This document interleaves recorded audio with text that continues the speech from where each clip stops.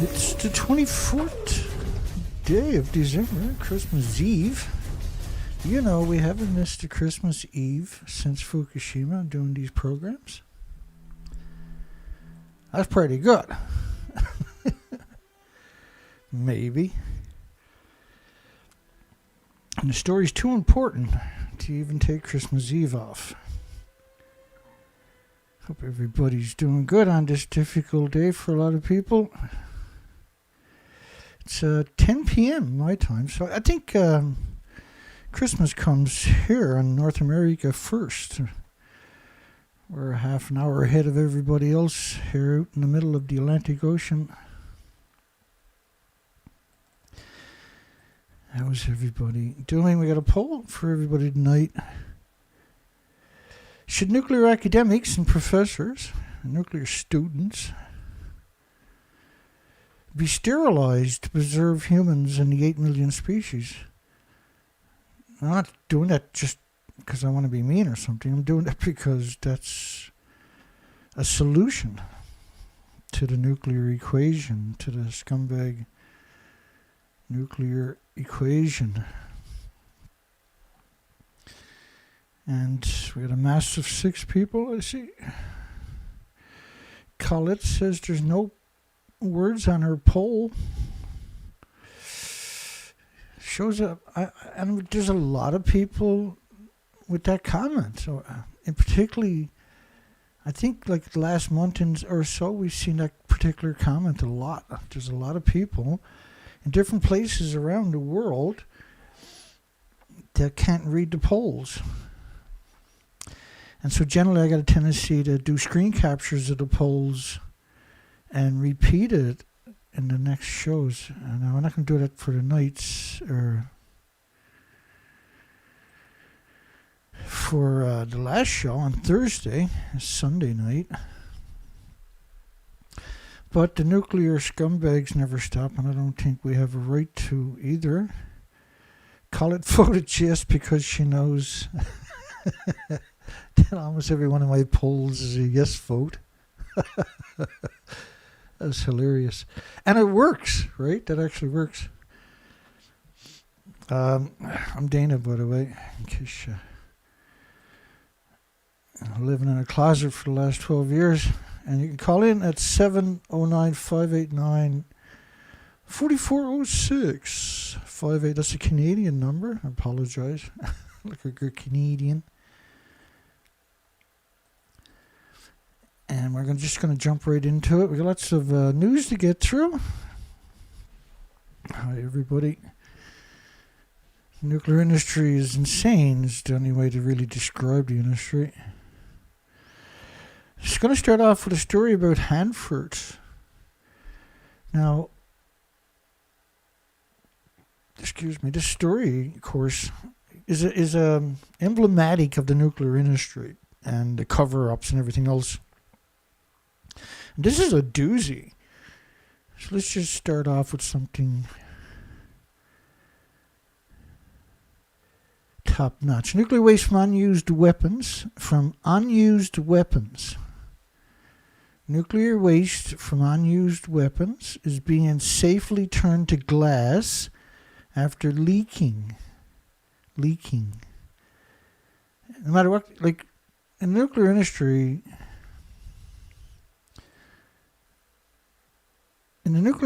no matter what it is, if you got a 1,000,000-gallon container and it splits wide open, everything goes flying out, the nuclear industry will say it was leaking. I'll give you an example of that coming up. And that's the problem with the nuclear industry. It's a perpetual liar. Every facet of nuclear is lying. So these buildings, they say they're leaking. For 12 years now, they've been saying those words, leaking. Does it look like anything is leaking out of the buildings? Does it look like it's already gone? And then you start to understand how evil this industry actually is when it refuses to hold itself accountable. Even no matter how minute it is, it still refuses to acknowledge that it had an issue. A public private partnership. We'll soon see one of the world's largest nuclear waste treatment facilities, one of the world's largest. One of them? Yeah, there's hundreds and hundreds of these things out there, unfortunately. Began operations. Liquid and solid waste is turned into large bricks of non-radioactive glass. You can't turn it into non-radioactive glass. And that's the problem with we try to cover like a news cycle, and the problem is every story in a 24-hour period is lie after lie after lie after lie after lie. And the only way to write that or to understand the lies and to frame it the way they do is if you're a nuclear expert and a pro-nuclear lobbying. So what we've come to learn over the last number of decades is that the lobbying groups write the story, they give it to the media puts one of their journalists' name on it that's popular, and they promote it as if they wrote it themselves. But it's impossible for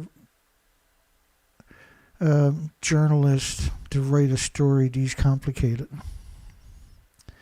with so many nuances that are... The industry is completely paranoid about anybody having another narrative besides theirs. See, so these are not non-radioactive. Let me explain to you.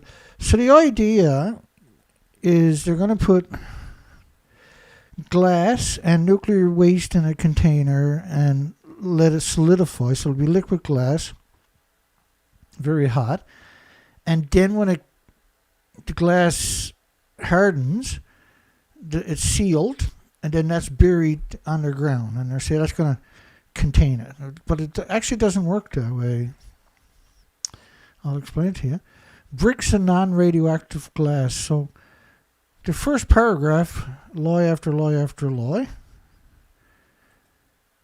And it never gets any better. The Hanford Nuclear Cleanup Site in Washington, commissioned by the Department of Energy, built by Bechtel National. Bechtel... Everybody on the planet should sue Bechtel. Takes nuclear waste, mixes it with traditional glass-forming materials at high temperatures and makes solid glass that can be safely stored underground. Again, if you take a gram of this nuclear waste we're talking about, you need 6 foot of dirt to shield you from it. You need, basically... The amount that they're putting in the containers, you need 6 foot of lead to shield you. Because of the gamma shines, the X-rays, the neutron bombardments, the beta rays, the alpha burst. Some people are concerned about the environment, human health risk of nuclear power plants. And a much greater risk, yet less discussed over the years, have come from all the plutonium produced for nuclear warheads during the Cold War. Well, nuclear plants, there's 409 currently, and they have fuel pools, and the fuel pools have no containment, and they take the reactor cores out and put them in the fuel pools. They keep them there, and they keep putting more reactor cores in the fuel pools. And the problem is the reactor cores are still splitting atoms for millions of years. That's why nuclear waste is actually dangerous. They don't bother telling you that, obviously. And those atoms are liberated into the environment each day. And there's so much of it, it's hard to articulate it. But each nuclear power plant can make a plume that can cover the planet each day in emissions. Imagine 409, and this is going on for 80 years. And the plumes is like snowfall, this is radiation. The radiation pulses energy almost at the speed of light every second, each atom. And think of a snowstorm covering the entire planet. Instead of snowflakes, you got physical atoms. And the atoms are pulsing energy at the speed of light. And that kills all the bacteria and the fungus in the soil, by the way. Over time, you don't have bacteria and fungus in your soil. And what ends up happening is the soil isn't healthy. You can't break down litter and foliage and everything else. And the soil no longer soaks up water, so you expect to see eventually massive flash floods constantly. Because the earth is so dry and it doesn't soak up water, you expect to see massive forest fires because the foliage and litter doesn't break down because you kill the bacteria and the fungus and the biota necessary to break down the foliage, the cycle of life itself.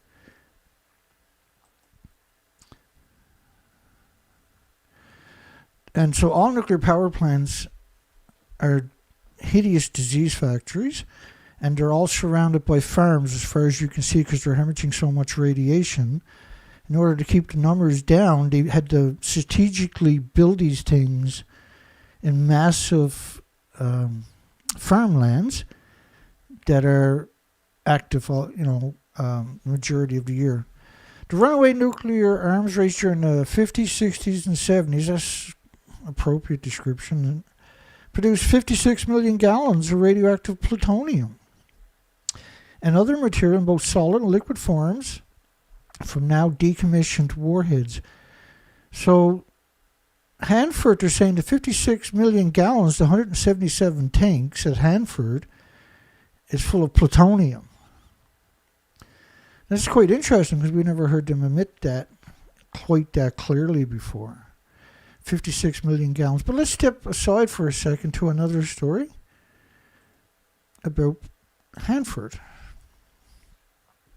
The radioactive legacy of the Cold War, one of the takeaways from that was they had dumped 450 billion gallons of radioactive liquid into the soil. And so you're talking about 177 leaky underground tanks, right? And so when you do the numbers on the tanks and you divide it into the 450 billion gallons, you got 1.4 million tanks of the same stuff that they dumped into the ground. So they're worried about 177 tanks, they tell you, but what they actually you should be worried about is the 1.4 million tanks they dumped directly into the ground. And so the facility at Hanford, I call it the glassification facility. I can't remember how many, it's billions, and it's over a decade trying to build this thing. And when they turn it on, you can never go inside the building again. You gotta hope nothing breaks. Like many things at Hanford, you can never go inside the buildings again, and it always breaks.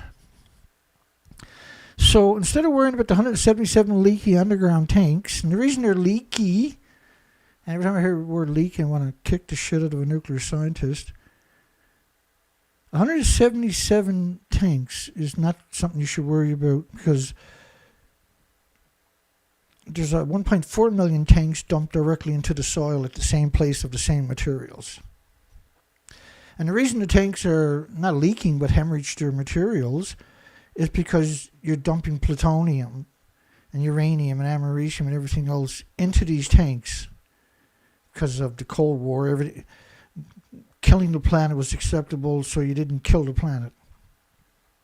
It was like the Americans and the Russians, the Soviet Unions, and French and everybody else. They done these nuclear testing, but that's the same weapons as a nuclear war. The fallout is the same weapons as a nuclear war. It's the same thing as a nuclear war. There's no difference. You call it a test, and you call it a leak. They're not tests, and they're not leaks. And what happens is you dump all this heavy stuff into the tank, it settles into the bottom, you got the neutron reaction with all the other gammas, alphas, neutrons, and betas, and you have a criticality in the tank that burns a hole through the tank right away at 1,000 degree Fahrenheit temperatures.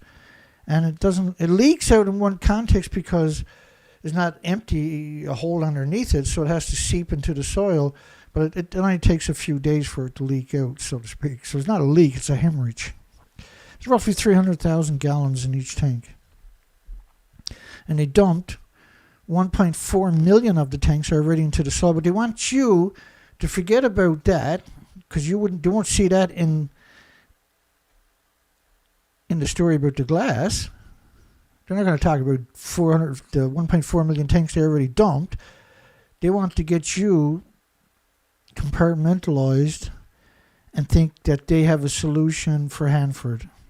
Hanford, of course, they expect that it's going to need at least another $700 billion. And I don't know the actual number of the amount of money that they spent on this place, but it must be approaching $700 billion, which is enough money to power America with geothermal a couple of times over. When heated to 2100 degrees Fahrenheit at the Hanford site, radioactive waste mixes with the glass material in a molten state. Now, if you pour, now this is really interesting. Remember what we're talking about here. They're going to take 2100 degree Fahrenheit temperatures. You need to keep it at that temperature. Then they're going to dump nuclear waste, plutonium, everything else into it. What do you think is going to happen? If I take a torch at 2100 degrees and point it at nuclear waste, what do you think will happen? Do you really think it's any different when you throw it on top of glass? It's not like you can seal it right that second, and even if you could, you're still going to have brutal emissions. This is why you can't get back in the buildings once you start them up. It's a total scam, and it's lethal to everything with replicating cells on the entire planet. Excuse me while I do some guzzling.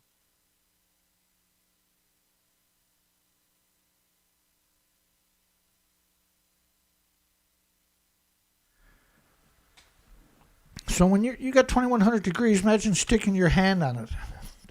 You get that? Does that make sense to you? So imagine pouring nuclear waste in there. Guess what do you think is going to happen?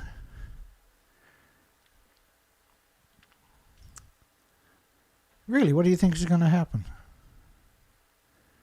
It's going to liquefy like butter in a second, and it's going to start massive plumes coming out of there. How are you going to contain it? You can't filter it. One great big scam after another. They already got 1.4 million dumped into the soil. You really think they care about 177 tanks when they got 1.4 million tanks dumped into the soil? This is to get you to go away, to stop looking at them. That's all this is about. Multi-billion-dollar facility that took a couple of decades to build by, you guessed it, Bechtel. Moved ahead to build the first of his two 300-ton melters. Again, think about the words you're using. After a successful test, saw 30,000 pounds of vitrified glass produced. Go watch some videos on what they're talking about, and you'll see what I mean. Of just glass. With the first container of glass produced, we're entering the next year waste risk reduction at the Hanford cleanup mission as work towards the start of tank waste mobilization. That's 177 tanks. That means you only got 1.4 million tanks left to clean up. Instead of wasting all this money on this scam, they should be trying to retrieve the 1.4 million tanks they already dumped into the soil, shouldn't they? Doesn't that make sense? And dumping nuclear waste on 2100 degree Fahrenheit temperatures is going to aerosol the nuclear waste. In fact, the nuclear waste, I'll be shocked if it doesn't blow up. It's the same nuclear waste we use for weapons. You really think it doesn't blow up when you add enormous amounts of heat to it? So so if you don't know any different, it seems like a good idea until you start looking at the mechanics of it, and then you start finding it's not flaws, it's genocide. Of the over 100 tanks, there's 177. Let's not go splitting any hairs or nothing. Give or take 70 tanks. Of liquid and solid radioactive plutonium. You're going to put solid radioactive plutonium in a container that's 2100 degrees Fahrenheit temperatures. You really think that's not going to turn that plutonium into an aerosol?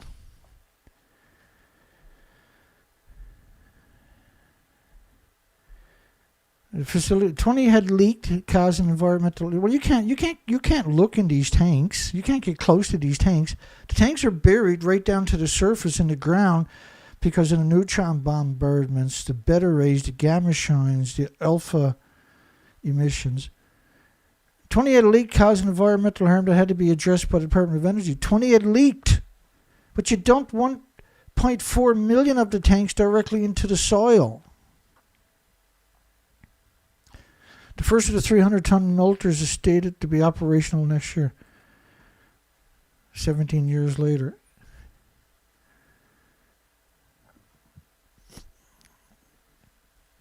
You might as well just give Bechtel $100 billion a year and tell them to leave you alone. Nothing like this has ever been attempted, Yale professor. All of humanity will be threatened for thousands of years if the rods at the Unit 4 pool touches. And because when you put this stuff together, it causes spontaneous detonation, right? And so they're saying that if it happens, right, if the fuel rods in the pools at the top of the building touches, it's going to look like that. And so it touched, it looks like that, and they're pretending it didn't. And the Yale professor knew in 2013, because that's what it looked like in 2013. There is no fuel pools at the top of the buildings. There is no reactor cores at the top of the buildings. The industry is full of scumbags, and there's no lie too big to tell you. Because that's all they've done for generation after generation after generation. And their children are put through colleges to take over their jobs down the road.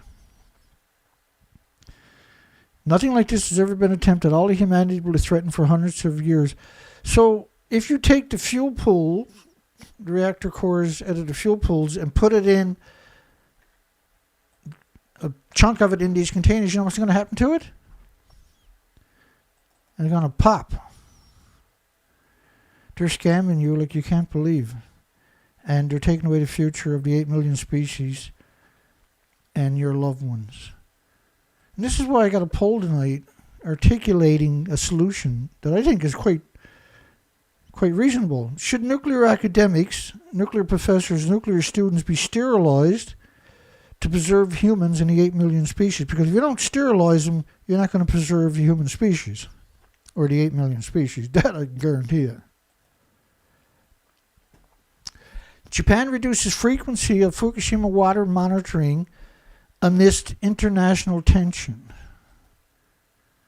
So nothing got out. The Fisher story, nothing got out of the building. Nothing. There's nothing got out of that.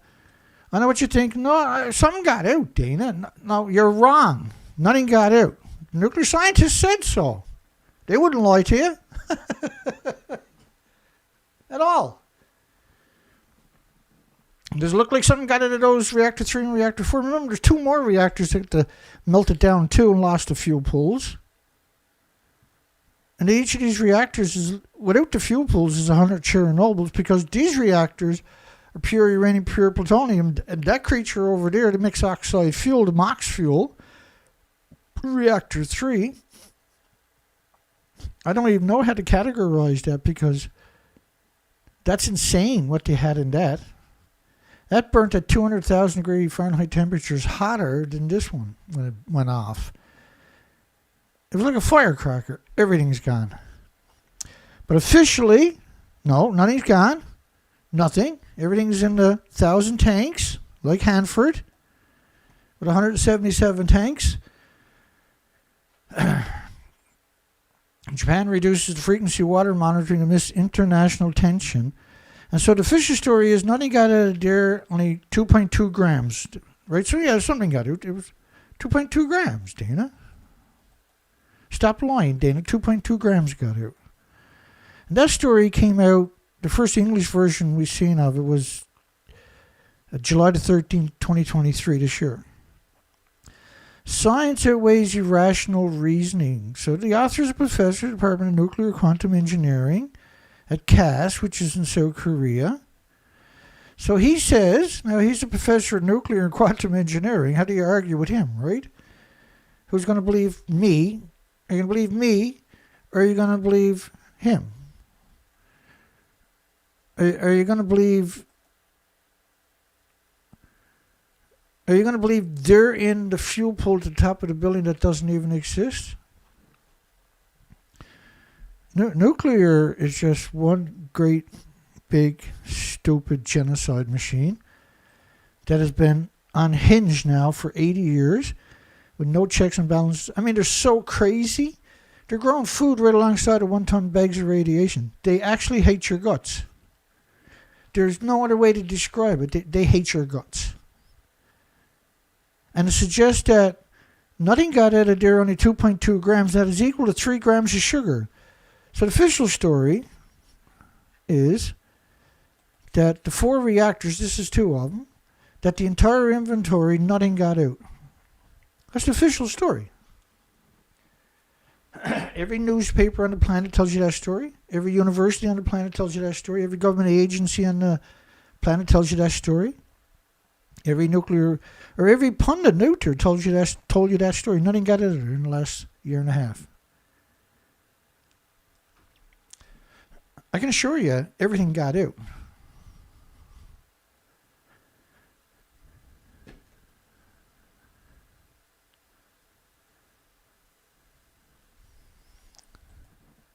So when Japan reduces frequency of water monitoring, that's what they're talking about.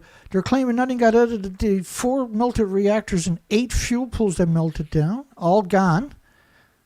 This was a pulse event, and each of the buildings is more releases than all the nuclear meltdowns in human history combined. Just a single building has that particular attribute, not counting the fuel pool, which could have had up to 10 reactor cores. Because the industry is so secretive, and there's no checks and balances whatsoever. There's nothing. Because if there was, the industry couldn't exist. Japan's Ministry of Environment has taken a strategic decision to decrease the frequency of monitoring processed water from the so-called ALP system. And they're showing you the cooling tower instead of the reactor at the beginning of it. Not even, and they're calling it a reactor, but it's actually, they're showing you the cooling tower. Water tanks of contaminated, so it goes from the reactor, pumps up and goes into the tanks. It goes from the tanks to the advanced liquid processing system. Then it goes to another set of holding tanks where it gets mixed and then is discharged into the ocean. That's the official story. But the numbers we're talking about per liter are at least 2.2 sieverts of beta. And at those numbers, each tank is over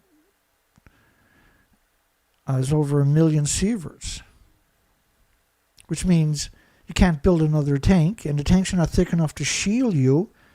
Then this also means, though, that the pipes that would carry it are so radioactive you can't walk past it without getting a lethal dose, without dropping dead as you can't step over it, you can't walk past it.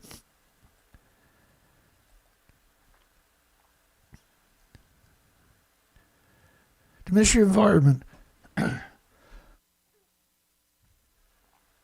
Ministry of Environment has taken a strategic decision to decrease the frequency of monitoring processed water, which is the ALP system, which of course is ludicrous to suggest that you can filter this. The filter is so radioactive you can never change it and you can never get inside the building after the first 15 minutes. The decision comes after the result of the continuous monitoring post the last discharge on August 24, 2023, which was the first discharge, not the last one, demonstrated tritium concentrations consistently below detectable levels of 10 becquerels. So to suggest that tritium, radiation levels of several dozen sieverts, so per liter we're talking about, and so you're talking about curium and plutonium and uranium, of course, and americium. All these atoms are the same size. And so how are you going to filter out everything except for tritium, first off, when you can put 200 million atoms at the head of a needle but you can't even see it? So how are you going to take, like, it's absurd. The whole story is absurd. And that's what they're counting on. It's so absurd that the average person has no hope of understanding it or working it out on their own. It's just no possibility. Radiation levels of several dozens of sieverts near a number 2 reactor. So, in the first year, 2012, there was 865,000 extra cancers. And cancer is just one of endless amount of diseases and illnesses and autoimmune deficiencies and injuries that are manifest from radiation. Heart problems, liver problems, lung problems, respiratory, pituitary, thyroid, adrenal. Not everybody got health care. Not everybody was diagnosed. Nobody was expecting cancer in the population in the first year anyway, because the average person in the population has no concept of these types of attributes. An expert panel that you don't name anybody at any point in the last dozens of years. And in fact, the expert panel that they're probably referring to is a gray-haired group of 100 people. And they're the same people. They're on IRPA and UNSCLEAR and the IRCP and the International Atomic Energy Agency. They're the same group of scumbags. And these are degenerate scumbags. What you're looking at there is Kathleen Higley, a confirmed degenerate scumbags. You got the one-armed bandit, Miles O'Brien. You got TEPCO, Mr. Very, Very Carefully Man. You got Berkeley University, I can't even remember his name now, I hate him so much.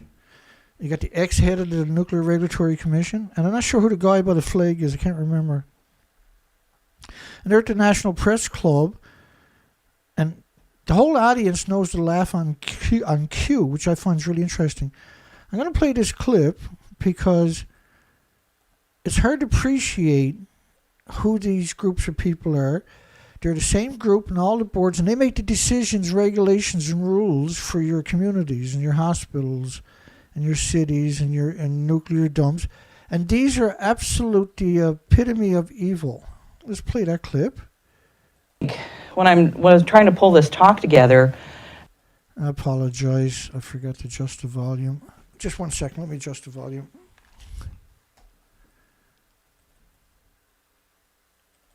when I was trying to pull this talk together, not only will I sort of get a little philosophical about the impacts and the like and try to put things in context, but I also wanted to talk a little bit about who are these radiation experts that get trotted out in events like this, or that get to participate in various activities and analysis to make pronouncements about is something safe or not safe. And if you look, you'll see organizations that are often represented. The ICRP, International Commission on Radiological Protection, a premier organization. You'll see UNSCEAR and IRPA. So UNSCEAR is the United Nations Scientific Committee on the Effects of Atomic Radiation. IRPA, the International Radiation Protection Association. The IAEA and some of its folks, the International Atomic Energy Agency. Our own US NCRP. And then there are a number of other organizations. So there's PAHO, there's the Health Physics Society, there's World Health Organization. All of these will bring in, as necessary, experts to speak to you on issues related to radiation protection, radiation safety, and impacts. But if you go a little deeper and you start looking at these organizations, the ICRP, for example, very well known. It's been operating nearly 100 years, not quite. Main commission, 10 people. It's got 5 standing committees. So it's 100-ish folks. I lead one of the 5 committees. If you look at the United Nations Scientific Committee on the Effects of Atomic Radiation that looked at the effects from Chernobyl, from Fukushima, from other areas, and that has about 30, roughly, countries that are represented in that group. If you start teasing through these pictures, you're going to see the same people on every one of those organizations. So the same people from ICRP are on UNSCEAR, they're in IRPA. If you look at the NCRP, again, the US organization that advises the country on radiation protection issues, it's 100 people, a lot of gray-haired 100 people. And most of them are part of UNSCEAR, are part of IRPA, are part of ICRP, participate in IAEA.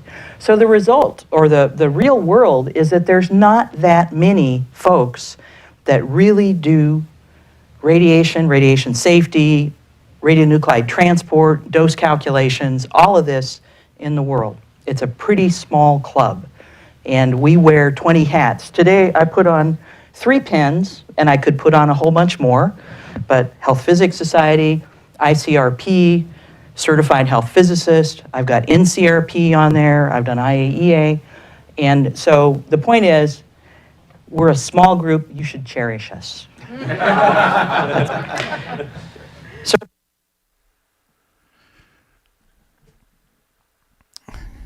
yeah, so with various paper suits. James cracks me up, man. He's got the best comments. No offense to anybody else, but that's quite the sense of humor, man. You gotta like it. So this is Dr. Robert Gale. Now he does transplants, human transplants, if you survive anyway. And he'll radiate you, kill every cell in your body. And he's probably got a butt plug in when he's doing it himself. He says that, he tells the workers at Fukushima, because he went to Fukushima to talk to the workers, he said it was equal to smoking 14 cigarettes a day, being close to the nuclear meltdowns, or eating 25 cups of peanut butter. And if you don't understand how big of a lie these are, it's because your schools and universities have failed you. Or spending 20 days in New York. So being at the nuclear meltdown is the animosity equivalent to spending 20 days in New York. Try wrapping your mind around that statement.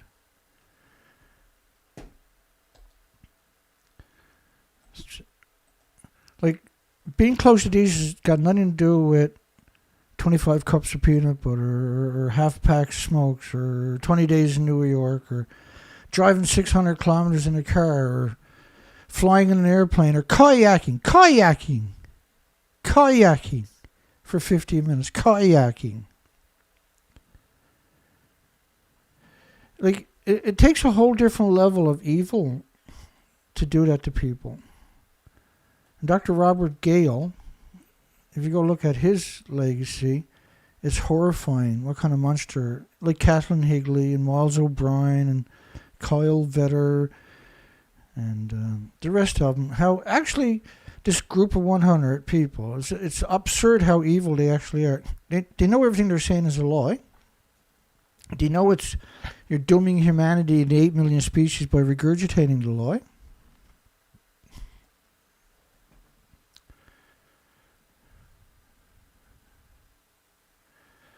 Yeah, we should cherish them. We should cherish them. That's right. Cherish them. Now they're talking to the journalist because that's what they want. That's what she wants the journalist to repeat is everything she's saying, all these lies she's saying. So that you and your loved ones can never have a conversation or never be able to put two and two together.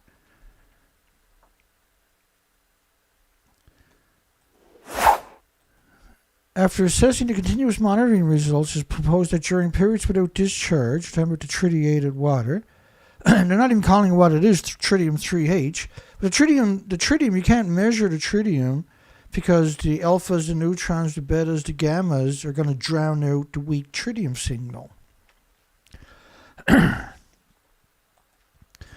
You know, the 865,000 cancers in the first year, that wasn't from tritium.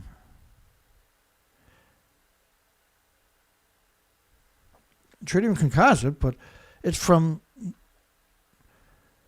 meltdowns. I'm ashamed to be a human on most days. The decision has been made with the knowledge that the discharge of water from Fukushima plant is likely to continue for a period of 30 years. You can't even decommission a normal reactor in 30 years, or 40 years. Or 50 years, maybe 60. But you got multiple nuclear meltdowns. You got a lethal site. Nuclear scientists won't go near it. And they're going to do it in 30 years. And the only thing they're going to be releasing for 30 years is tritium, they say. I don't see why they're allowed to live. I don't see why they have a right to breathe air. It should be illegal for anybody that is claiming it's just tritium to breathe. They should not be allowed to breathe the same air. You should be shot up into space with no suit on.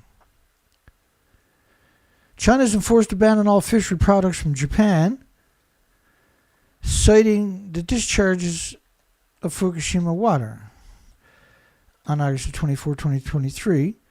But the food was banned, by China included, for the last 12 years. and 55 other countries for a decade for 14 prefectures. Because, and it's not banned because of tritium. They're not putting tritium into 30 million one-ton bags.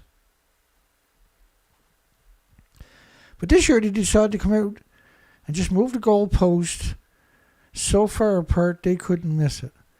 Japan is also contemplating following the World Trade Organization dispute settlement procedure because China's... Now, the idea of China banning the seafood was to perpetrate that propaganda. Like, why is China banning that? And you look it up, oh, gee, they're releasing tritium in the ocean. That's what they wanted of you, and that's what they got. At 99.9% of the population of the planet. Japan is also contemplating filing with the United Nations World Trade Organization, which shouldn't exist. They don't have sovereignty over your country.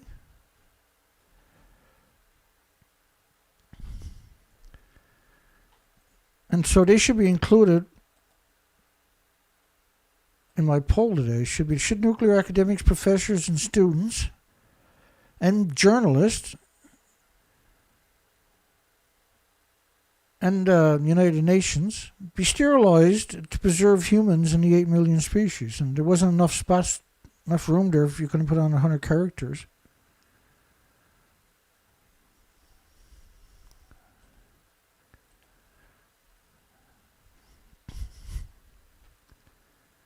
Japan is contemplating filing for the World Trade Organization dispute settlement procedure.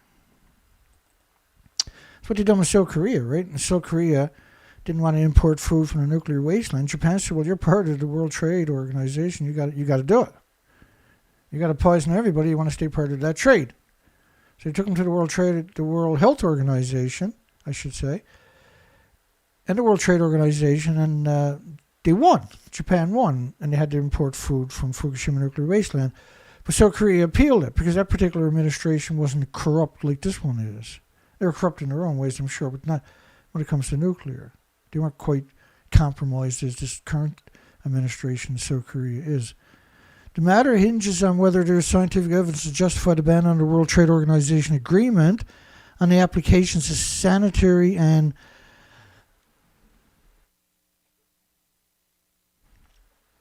I apologize. So angry at these people. The West Coast was hit 220 million atoms per liter of iodine-129. Like, we don't have any numbers like that throughout the entire history of nuclear.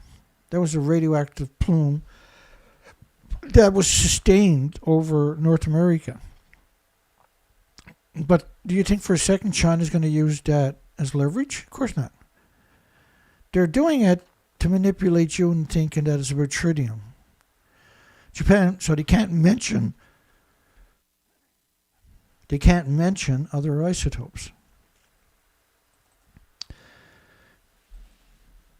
Japan will commence to release the treated radioactive water from the destroyed. Well, very interesting, actually used. It's very rare to see them use that word. Fukushima nuclear plant into the Pacific Ocean, despite opposition from chinks and local fishing communities. Well, this is not. They're working together with South Korea and Taiwan, China and Japan are working together, along with Indonesia. Now I notice too, to perpetrate that same propaganda of 2.2 grams, and it's all orchestrated by the International Atomic Energy Agency, which is, United Nations, which is World Health Organization, which is the World Trade Organization, which is UNICEF, which is hundreds of entities that control every facet of your life worldwide, have absolutely taken over your planet, and everybody's still in denial. Everybody's like, no, they haven't taken over the planet. It's like, what are you talking about?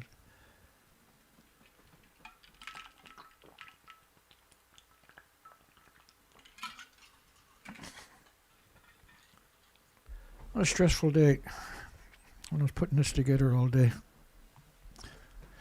The government says 1,500 tons of highly radioactive sludge may end up as soil for gardening. That's July the 29th. July 29th. It happened in March 11th. So April 11th, May 11th, June 11th, July 11th. 4 months later. Okay. So 1,500 tons 1,500 one-ton bags of highly, H-I-G-H-L-Y, highly radioactive sludge. Not tritium, but highly radioactive sludge from, this is the kicker, there's actually nearly 50,000 tons in 4 months of water at a single water filtration facility in a major city. So the city's sediment from the water filtration is so radioactive they can't get rid of it.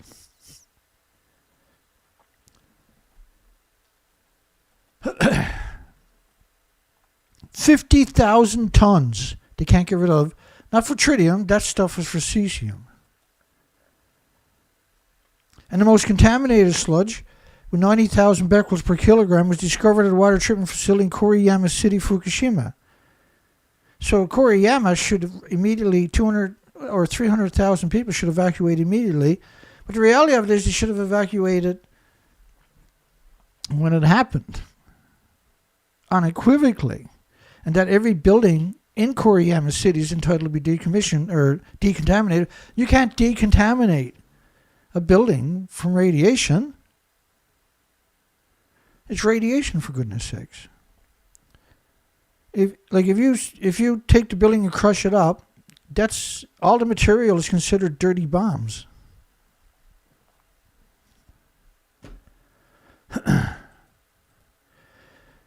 A former U.S. government official, the elephant in the room is Fukushima radiation when it comes to the Pacific Ocean animal die-off. The media silent is deafening. No, it's criminal. It's on purpose. They have the International Uranium Film Festival, which is mostly the pro-nuclear community. Right? I was shocked a couple of years ago when I started looking at it, and this was the pro-nuclear community making films pretending to be a caring, loving nuclear scientist.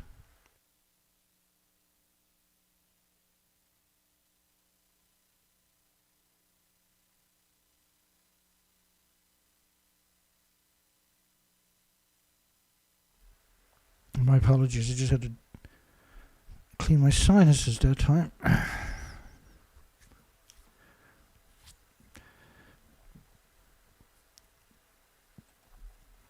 The year 2023 ends with a happy surprise. Happy surprise. For an International Uranium Film Festival and young film directors who have taken on the topic of nuclear power.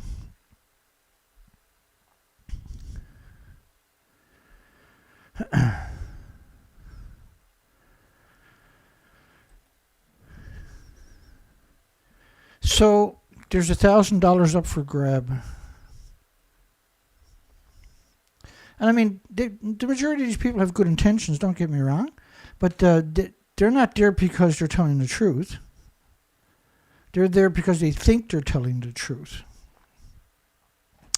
They're not going to tell you, in the film festival, they're not going to go say, look, 6 in 10 Fukushima children tested have diabetes in 2012, for goodness sakes. And that the head of the Tokyo Area Medical Clinic said we're expecting diabetes in children from Fukushima radiation. And that a study, they're not going to cover that. You're not going to see them out.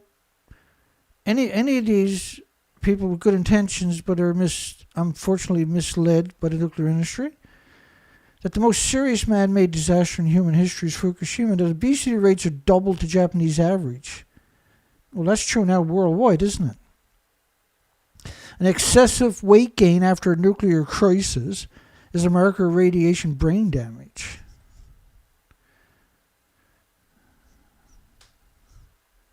We're taking on the topic of nuclear power. Well, the media's not going to promote them if they're telling the truth. Let's be realistic. The Samuel Lawrence Foundation Award for the Best Young Filmmaker is to be awarded with a $1,000 cash prize. If you're doing it for a $1,000 cash prize, then you really don't know what's going on. When you do this stuff, you should be panicked the entire time because of the enormity implications of what is happening. This is a milestone for the International Uranium Film Festival, an important support. Now, last year, And the year before, when I started looking at the films that they were showing, these were pro-nuclear scumbags.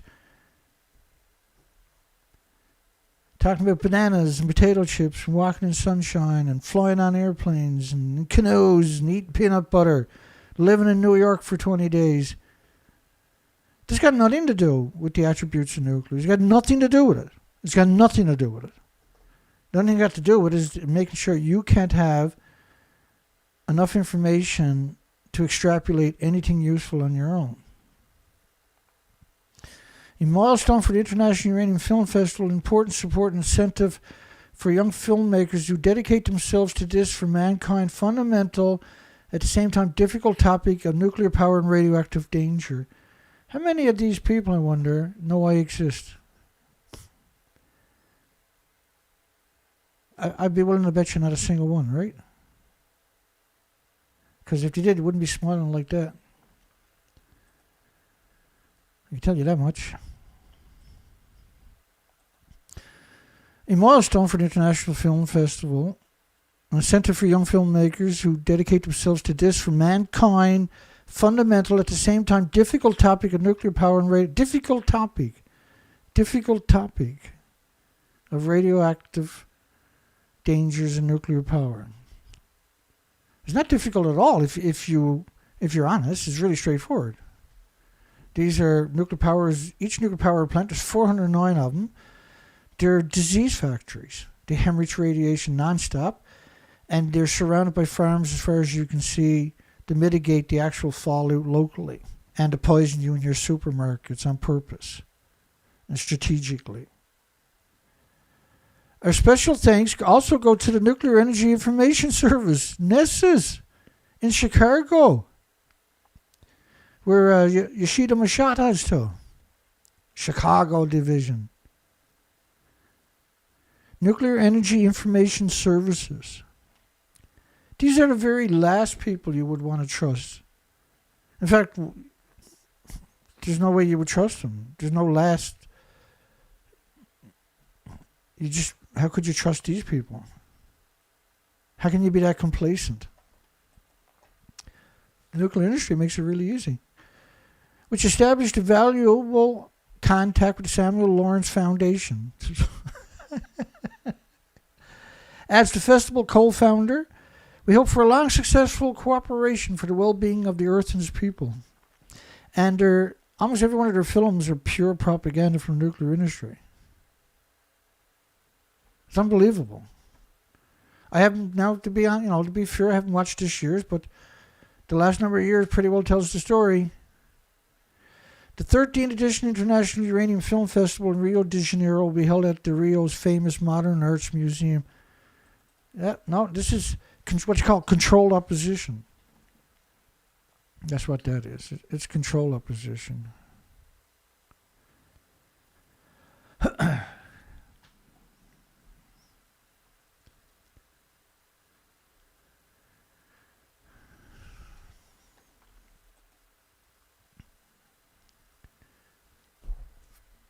And the type was Sanofre. So the Samuel Lawrence Foundation is an unrelenting opponent of the nuclear waste storage near Sanofre State Beach. Well, it should be an unrelenting opponent of the nuclear waste, 1.4 million massive drums or massive tanks that are dumped directly into the soil at Hanford, which is downhill or which runs straight downhill into the Columbia River every time it rains and the massive snow they have there.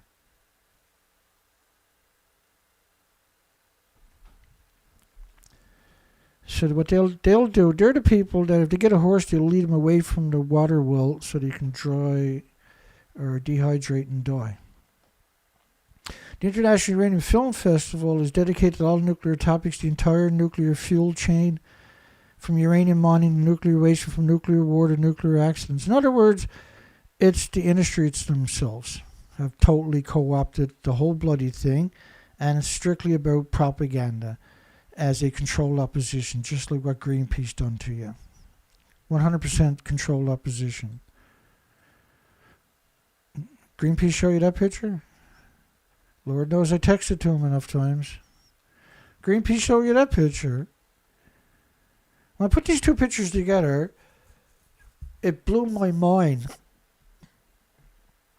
Because how can you deny that? So I immediately tweeted out to Greenpeace Australia, Greenpeace Canada, Greenpeace United States, Greenpeace France. And ultimately, they all blocked me, every bloody one of them. And all they had to do was tweet that out a single time, say they're lying to you. They're faking Reactor 4 fuel pool. And it would have been game over for the entire nuclear industry. Boom. Just like that. That's the end of the nuclear industry. If the population sees it, that's the end of the nuclear industry, right?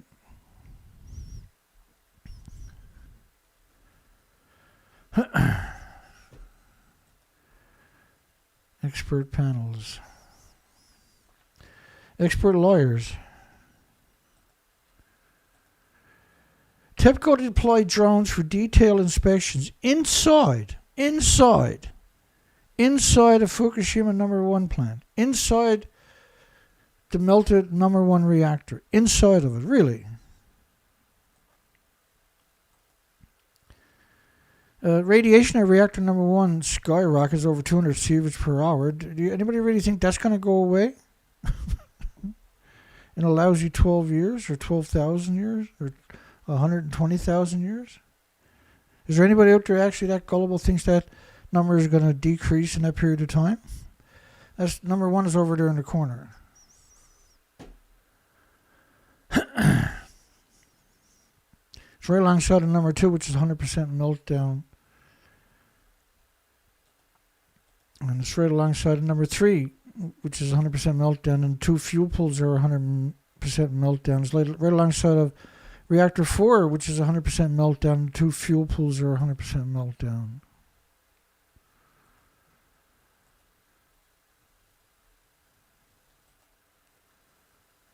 Tokyo Electric Power Holding Company, which is nationalized, is actually Japan, because they went bankrupt right away. On Thursday, announced their plan to use small drones to thoroughly, think about that, look up the word thoroughly, investigate the interior of Fukushima #1 nuclear power plant. It's going to be carried out in February. Oh yeah, sure you are. Drone can't survive in a nuclear meltdown, for goodness sakes. Already would have done it a long time ago. Think about this headline here. That's the drones they're talking about. Is the homeless and the destitute. There ain't no drones, electronics going to be flying around in there. It's time to make a geezer suicide squad. Think about that kind of contempt for your fellow humans. That's the nuclear industry everywhere you look. Investigation conducted with underwater robots in #1 plant have revealed severe damage to the lower part of... first off, #1 is gone. There is no #1 reactor. #1 is completely gone. It's 100% meltdown. The fuel pools are detonated, for goodness sake, and exploded, right? Let me see if I can find the videos. Sometimes I'm lucky, and sometimes I'm not. This could be one of those nuts. Let me find something. Find a picture of #1. Some days are like that for me.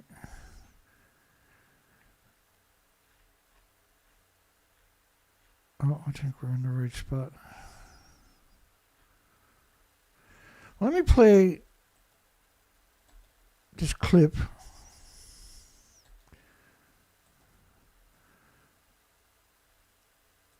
First, I just got to check the volume one more time.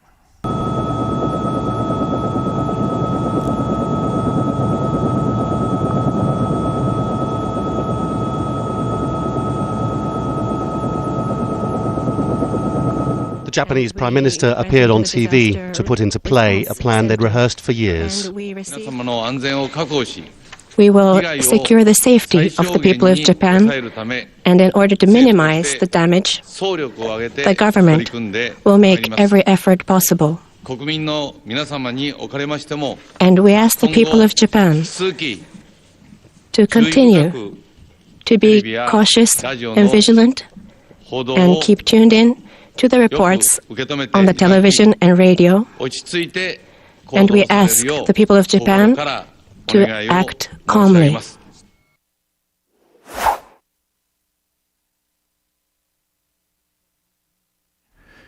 You didn't have to tell the nuclear industry, because they were hid away in their basements. Well, that's the number one they're talking about. Do you really think there's anything left in that building? That was a 190-foot building. And there's similar buildings right alongside of it. Right? These buildings are 190 feet, 65-meter, 19-story buildings. And the number one is detonated over right there. We got a picture of what's left of number one. The fuel pool were actually atomized and aerosoled into the environment, right? And the evidence is in the picture. Because the plume you're looking is too big to be caused by just the roof itself, right? Something else had to cause that kind of a plume you're looking at. What caused that plume? Because there's not enough material at the top of the building to cause a massive plume like that. Do you agree with me? Will you give me that? So what you're looking at is decades of reactor cores that were in the fuel pools. Now, there's another issue. The number one and number two reactor cores are gone into the earth. And the number two, the fuel pools, that some have burnt off. But the majority, I think, as far as I can tell, is gone also down into the earth in what's known as a China syndrome, so to speak, in layman's terms. So the earth is split open in 6 places. And the steam coming out of the ground in that particular story was 20% more than was in June, and this is in October. June, July, August, September, October. So that's 5 months of steam coming out of the ground at lethal doses, because 3 sieverts is a lethal dose. But we have more information where it was 6 holes, or 6 places where the earth is cracked. The steam coming out of the ground was measured at 10 sieverts. But when you read the whole story, the last paragraph says that the Geiger counters they were using can only measure the 10 sieverts. That's a lethal dose. And so it is not something that just little spurts once in a while coming out of the ground. This is continuous, and we actually have video where the whole site disappears into steam, which means you have to get off that site. And when if you're coming back, you got to lay down all new pavement and cement. You got to put big sheets of steel anywhere where you're going to try to stand up, because it's going to be incredibly radioactive from these dispositions from those plumes.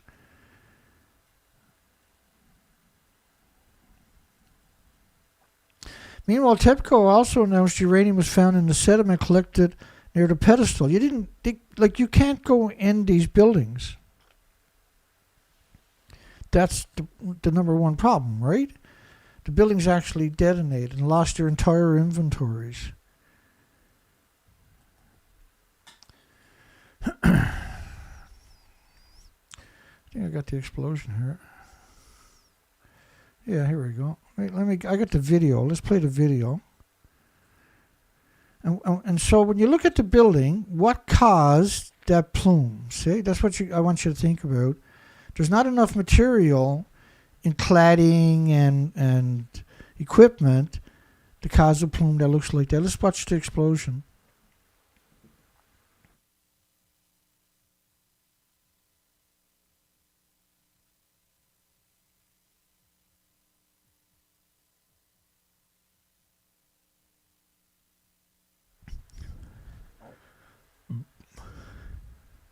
Excuse me, my apologies. That's the fuel. And it's just started right there, but it burnt constantly for several days, right? Meanwhile, TEPCO also announced uranium was found in the sediment collected near the pedestal. You can't get near the pedestal. Like if you put an instrument in there and you bring it back out, it's so radioactive it'll kill you. You can't get near it. So TEPCO to deploy drones for detailed inspections inside the number one is an interesting story, but there's another interesting story. Flying Dragon robot developed by scientists in Japan for remote firefighting. And so they want the drone to be able to go 10 meters in the sky.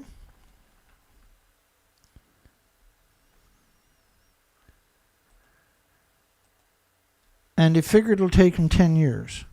So it's going to take them 10 years to make a robot that flies in the sky and can put out a fire. But they have drones that can go into nuclear meltdowns.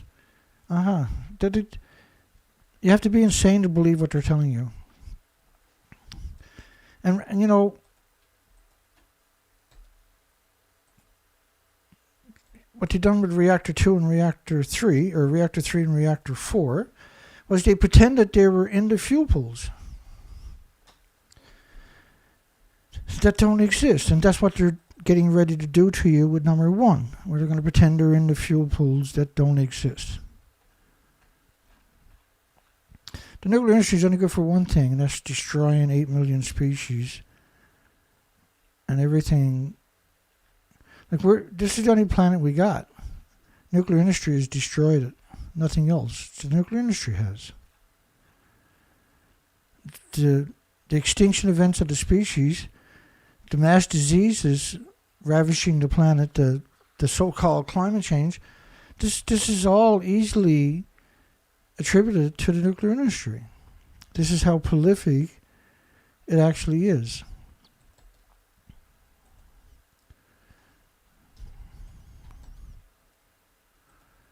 So they're going to go into Reactor 3 with drones, but they can't build a drone to go fight in fires in the same country for at least another 10 years. You know, I find it really interesting that when you think about robots, you have MIT, you have Stanford universities, you have Oxford University, you have Yale. All of these have massive radioactive departments. You have Boston Dynamics, for goodness sakes. You have Oxford in the United Kingdom. You have all the big shakers and movers, institutions worldwide that are building all kinds of humanoid robots, but not a single one of them has ever went to Fukushima, have they? In fact, you have all kinds of independent robot builders worldwide creating all kinds of fantastical robots. None of them have built a robot to go to a nuclear meltdown. None of them. You know why? Because they can't. Otherwise, they would have. And so here they are pretending they're on top of Reactor 3. That's them. They're pretending they're looking down on the fuel pool at the top of a building that don't exist, for goodness sakes. They're looking down on that, also in that building right there. They said, those dumps shouldn't even exist. They should have been razed all the way to the ground. This is a filthy, despicable, disgusting, sadistic industry. It's the most dangerous, lethal industry in human history, and it has no checks and balances whatsoever. And the ones posing as the checks and balances, International Atomic Energy Agency, are claiming that they're in the pool at the top of the building to the right in 2013. November the 7th, 2013. 2021, they're claiming they're in Reactor 3 fuel pool, walking on top of a building to the building to your left that doesn't even exist anymore. And now they're going to do the same thing, apparently, with Reactor 1, and they're setting that narrative up to carry out that, perpetrate that crime against you and your loved ones. 3.6 sieverts an hour detected at a rainwater drain pipe. That's a lethal dose right away to a human. So you can run away, but it's too late. Your organ starts to melt, and over the next couple of days or weeks, you die. These are absurd numbers at rainwater drain pipes, for goodness sakes. 2 sieverts an hour beta radiation emitted from a single liter of leaked water from the tanks. And remember, right, it comes out of the fable is it comes out of the reactor basement where nothing can exist, let alone a robot. It's pumped out of there. They're pumping in 130 tons a day. Sounds like a lot, don't it? It's actually equal to a 3/8-inch garden hose. They're split 4 ways. Your typical garden hose, a little small garden hose everybody has, split 4 ways, and each one of those splits is poured. You got one of those quarter of a 3/8-inch garden hose poured in on that, and another one of the quarter splits of a 3/8-inch garden hose poured in on reactor 3, and another one is on reactor 2, another one on reactor 1. They're sucking that water up and they're putting it in a tank. They're pouring over melted fuel where it's picking up uranium, plutonium, americium. The biggest byproduct of radiated fuel rod is going to be the curium isotopes. Hence the name curium. But they can't even build a Dragon robot. And it really gets on my nerves when I see these stories. And it's strictly, and I don't know what, the only reason they're producing it is because they have a huge budget. They have 1,000 public relation firms. And they just reach out to the media and say, hey, you want to make a couple of $1,000? Just run the story. Put your name on it and run the story. And we'll dump the money in your PayPal or whatever the case may be. Will small modular reactors launch a nuclear power bull market? He said, I said it before and I'll say it again, nuclear power is safe. People, however, are not. Nuclear power is not safe. It can't be safe. There's a million pieces there. There's a million corporations that makes parts for the nuclear power plant, for goodness sakes. You really think something that complicated doesn't break on a regular basis? When they change the fuel, they usually got to do 6,000 to 11,000 maintenance and repairs. 6,000 to 11,000. 6,000 to 11,000. And when you do these so-called repairs during a fuel change, everything is vented into an environment. When you crack open that containment to change out the fuel, guess what? You're releasing all the radioactive isotopes into the environment. And so they don't want their own employees to get sick from that, because that'll drive up the healthcare and that'll clearly show the industry is not safe, right? So what they do is they bring in 1,000 to 1,400 workers for 2 or 3 weeks to do the maintenance and do the fuel changing. You know, does anybody really think that all nuclear power plants worldwide are surrounded by farms for something to do? No, it's because that's the quickest way to poison you in your supermarkets. There is no uranium. There is no small modular reactors. Like, what are you talking about, small modular reactors? There is none. Right? There's no small modular reactors. The only one with an actual application, they don't have the whole application into the Nuclear Regulatory Commission, is NuScale. They're missing hundreds of thousands of pieces of the application. The design has to be submitted, 1 million pieces of paper submitted to the Nuclear Regulatory Commission, which has to go through the 1 million pieces of paper and certify that design is not lethal. And if they're going to find all kinds of flaws, they're going to give it back after 3 or 4 years and say you got to change all of this and redesign that and this and those and them and these and those and that. And so now it takes another 2, 3, 4 years to redesign everything to meet the new standards, because this is all brand new stuff. Based on ongoing normal reactors that we already got, and making it small, the trick they're going to use is, and it's all about reusing fuel that should never, under any circumstances, be put back in a chain reaction. It's already gone through a chain reaction. And because the problem with a chain reaction is once you put it through a chain reaction, the emissions are 2 billion times more toxic than industrial poison. So you're talking about amounts that can't be perceived. You can't smell it or see it or feel it or taste it or hear it, are lethal. And it's lethal to everything with replicating cells. But if you take it and put it through a chain reaction again, it's so lethal, I don't even have a name to describe it. These are dangerous people. Jeff Siegel is dangerous. People are not dangerous. These monsters are dangerous. The nuclear scientists are dangerous. These are monsters. Nuclear academics are dangerous. Professors in the nuclear industry are extremely dangerous. And nuclear students are the wannabe mass murdering dangerous. They should be sterilized. Well, they should be shot up into space without a spacesuit, shouldn't they? In fact, what we need is a big slingshot. We can put them in a slingshot and just shoot them up into space so they pop. I said it before and I'll say it again. Jeff Siegel is a degenerate scumbag. Nuclear-powered bulls will often dismiss safety concerns, noting that in the history of nuclear power, there's only been a few very serious nuclear power crises. Like, if you just look at Hanford, with 1.4 million tanks dumped directly into the soil that are each around 300,000 gallons. In fact, I forgot to mention, do you know how much that actually is? Like another way of looking at that? What they dumped into the soil. Dumped. Right alongside the Columbia River, no less, where there's 25,000 farms downriver from. Millions of people drink out of it. It's equal to an aquarium 6 feet wide, 518 feet tall, wrapped around the entire planet more than once. And suggest that Chernobyl, Fukushima, and 3 Mile Island, like Santa Susana is equal to 463 Mile Islands worth of radiation emissions. The sodium reactor, like every other sodium reactor, they melt it down.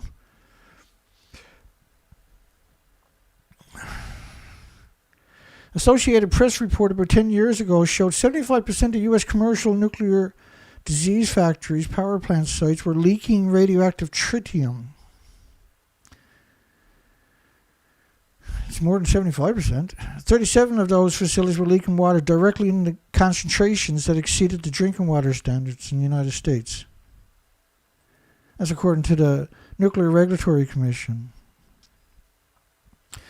To clarify, however, blaming nuclear power for this is like blaming a drunk driving accident on the car instead of the driver. You can't equate a nuclear power plant with a car. Jeff.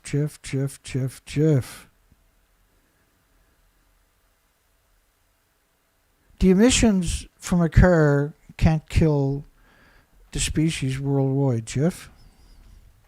Like Fukushima has done. The car is not at fault, the driver is. See, how can you equate that with a car, Jeff? You despicable low-life you. In fact, I can't. He told so many lies, I can't just sit here and go through them all because they upset me sometimes. And so he's trying to promote small modular reactors that don't exist. That at best you're looking at 30 years before you can get a working model. And so he's promoting stocks for reactors that don't even exist. The trifle, which is mixed oxide fuel, by the way, is not 238, it's mixed. They named the company 238 because it's very deceptive, right? But it's actually mixed oxide fuel we're talking about, not tri-fuel. 238, it's mixed oxide fuel, it's MOX fuel. Japan to raise the cap on bonds for TEPCO aid to 15.4 trillion yen. Japan on Friday decided to raise its limits on government bonds issued mainly to help Tokyo Electric Power Holding Company pay compensation for the 2011 nuclear accident. It's not like, how can you compensate 865,000 cancers in the first year? Because none of them are getting compensation, by the way. And not everybody had health care. Not everybody was diagnosed in that first year. The bond issuances cap would be risen to 1 point. Oh, you just raise it at the drop of a hat. La-di-da-di-da. And then you have to pay for it. So they raised the rates of your electricity to pay their cronies who lost money. Not the victims, not the real victims, but the crony of the nuclear industries. The expansions mainly reflect a revision to the criteria for compensation to people affected by the triple meltdown, which is simply not true when you read the story. In December of last year, the government revised the criteria, freshly granting such payments to 1.4 million people, compensation for costs necessary to reacquire homes, increase as a result of higher land prices. So when you abandon your homes, they still kept taxing you. And if you want to go back, you owe all the taxes or they take it away from you. Must be a million ways the nuclear industry scams you. Compensation is cost necessary to reacquire homes. To reacquire the homes as a result of higher land prices. So you haven't went back for 12 years, and you can't go back because you can't pay all the taxes for the last 12 years. Because you voluntarily ran away. TEPCO didn't say, go ahead and run away. McDonald's didn't tell you to run away. Compensation for costs necessary to require homes as an increase in the results of higher land prices, which works out to $772 per person. That's not going to pay land taxes for the last 12 years. Another reason behind the bond cap hike is an increase in compensation paid to fishery operators. After TEPCO began releasing in August 2023 the tritium containing treated wastewater. Tritium. They got some nerve claiming that there's only tritium got into the buildings. I mean, like, look at what they done in 2013. This is the media in 2013. Let me play the clip for you, because it's hard to believe this is real. But let me play the clip where they're claiming they're at the top of the building to your left. I'm standing is on top of what used to be Reactor building number 4. The whole of this building was blown apart by a huge explosion. We are here inside Reactor 4 at the Fukushima Daiichi nuclear power plant that was severely crippled during the earthquake and tsunami of 2011. Of the decommissioning work taking place here in Reactor 4. At the end of our tour, we were checked for radiation exposure. In 4 hours, I received the equivalent of less than a chest x-ray. 1,500 highly radioactive fuel rods inside this pool. They've got to move them outside of this reactor. So who out there believes they're in the building to your left? Or to the right? Does anybody believe they're in the building to the left? If there is, give me a call. We desperately want to hear from you. Give me a call at 709-589-4406. We like to hear your rationale. We'll give you a moment to mark down the number. Give me a call. I'm in Canada. I really want to talk to somebody that's stupid. So go find somebody who can use the phone for you, because I'm pretty sure you can't use the phone.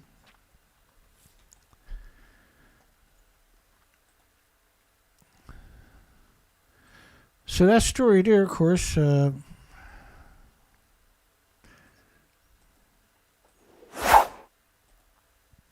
food exports 2023 reached 1 trillion yen at a record pace from Japan exports. We're sorry, but that page doesn't exist. Japan's food exports reached 1 trillion yen. 1 trillion. Just making fun. But when you go looking up the food exports reach 1 trillion, it's actually quite hard to find the story. Finally found it anyway. After releasing treated water containing small amounts of radioactive tritium into the sea. Small amounts of tritium. So everybody's right, like every story is going to mention the tritium. Not even call it tritium 3H, for goodness sakes, which is what comes from a nuclear reactor. It's totally different than the atmospheric tritium. Does that look like there's tritium? Or does it look like nuclear meltdowns?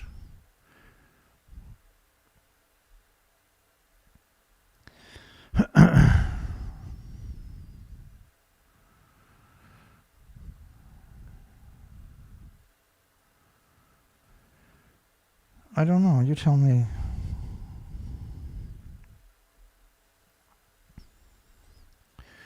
We will continue to work to encourage China to immediately remove its restrictions, the agricultural minister told a press conference.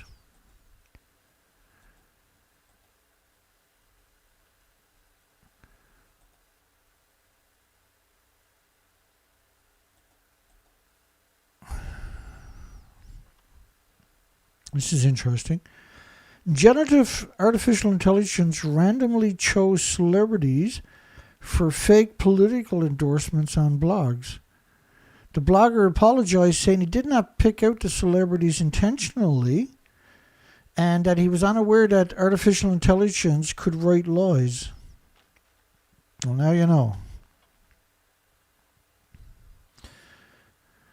Dying fish, Fukushima discharges, skyrocketing rice prices.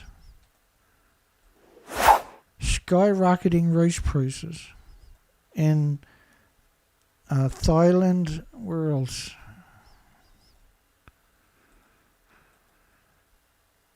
In Asia. Thailand's favorite fish,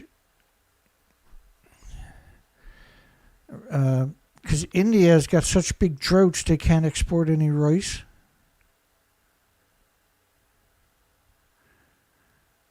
The warmest year ever recorded in history in Asia.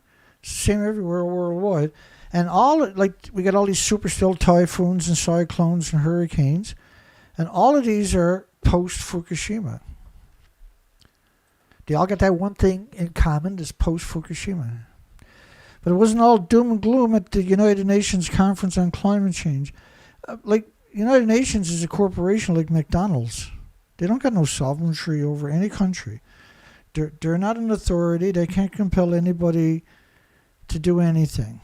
They're not regulatory agencies. They don't have any power whatsoever. They're a corporation, an awful, evil one, and that they have infiltrated 195 countries worldwide, and the rest are coerced into playing along.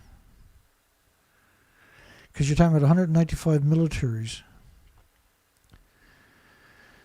New study revealed correlation between TikTok users in Taiwan and acceptance of dubious narratives. So TikTok users got a lot of more influence than mainstream media.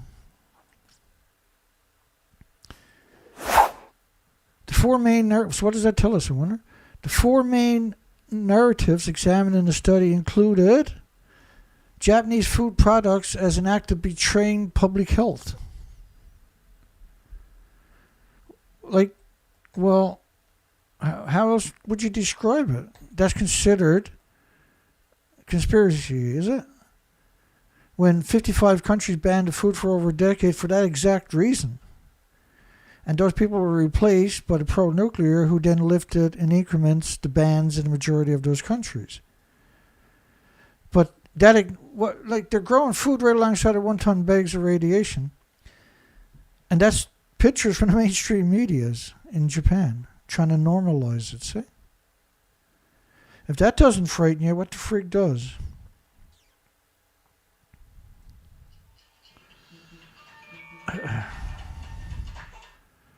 Yeah, I'm not taking any overseas phone calls, thank you. I can't afford them. 59% of TikTok users believe the import of U.S. pork and Fukushima food products was detrimental. 55% of TikTok users believe that the import of U.S. pork, only North America phone calls, and Fukushima food products was detrimental compared to 44.4% of non-TikTok users. So the non-TikTok users were more likely to believe the propaganda than social media users were. And detrimental, of course, harmful, damaging, injurious, hurtful. In other words, dangerous. Dangerous food. A recent study conducted by the Taiwan Information Environment Research Center shed light on the correlation between TikTok usage and the higher acceptance of dubious narratives, such as Japanese food products being imported into Taiwan is an act of betraying the public health. And that's exactly what it was. It's an act of betraying the public health. Fukushima radioactive particles release was significant, says new research. University of Manchester. Well, I dare say it was. It's 150,000 sites like that in the early days. The research identified a contamination used a new method, saying if the particles are inhaled, they could pose long-term health risk. So, in other words, the people that are working there have very, very, very severe health risk, right? But I'm not going to come out and tell you that. The new method allows, because they picked up 30 millions of these creatures, the new method allows scientists to quickly count the number of cesium, which is a British terminology. So Britain's got their hand in that one. And where's the study from again? Bear with me. Oh yeah, University of Manchester, which is United Kingdom. Let me go back to this one. The new method allows scientists to quickly count the number of cesium. You can't just count cesium. The biggest byproducts of curium and uranium and plutonium, for goodness sakes. And cesium is definitely bad, but cesium is not the one all. Once you go there and count the cesium particles, you really think they ran away and let their animals to die, starve to death, and die of lack of water and everything else? The most cruel thing you can do because it was harmless. Japan government in chaos, completely out of control at Fukushima. The melted reactor cores are contaminated in the Pacific with a full range of radioactive material, not just cesium. Japan Times, the major media in Japan. Discharges of Fukushima nuclear material into the Pacific have effectively contaminated the sea, and that the melted reactor cores will burn again if water is not perpetually poured in. Not with garden hoses, but normally the reactors need 4,500 tons a minute, 1 million gallons a minute, not 130 tons a day. TEPCO proposed that some of it be dumped into the ocean. Over 9 million bags, now this is 2015, 9 million bags of nuclear cleanup waste piled up across the prefecture. 9.1 million bags. And they're found at some 114,700 interim storage or decontamination sites across Fukushima prefecture. Mounds of bags have grown so tall they're obscured the power shovels used to move and stack the waste, and the black balls covering every silver black balls. The bags are typically stacked 4 layers high, with a 5th layer of uncontaminated soil laid on the top and the sides to block the radiation. So they need an extra 6 feet wide, 6 feet tall, 2,200-pound bag to block the radiation from the people. But what blocked the radiation from the people when they were putting it there? Anybody know? Because nothing did, right? So this is still 2015. I think this one would be 2019. Hang on. Lessons learned from an extraordinary case of soil decontamination. Yeah, 2019. There was 20 million cubic meters of waste. 20 million. Of waste. And all of it would have had a layer of clean soil stacked on top of it and on the sides of it to shield people close to it from the gamma shines, the neutron bombardments, the X-rays, the beta rays. And it cost 24 billion euros. Is that euros or pounds? I think that's euros. I forget sometimes. Little brain freeze on Christmas Eve. Nuclear expert: Fukushima melted fuel is drifting into the ocean, onto the land, and lacking containment. It ends up on the coastline, blows into the communities, and people get an exceptional dose. And it'll go on for thousands, if not tens of thousands of years. You think they're talking about tritium? Or do you think they're talking about all the plutonium isotopes, all the neptunium isotopes, all the strontium isotopes, etc., etc., etc., etc., etc., etc., etc., etc., etc.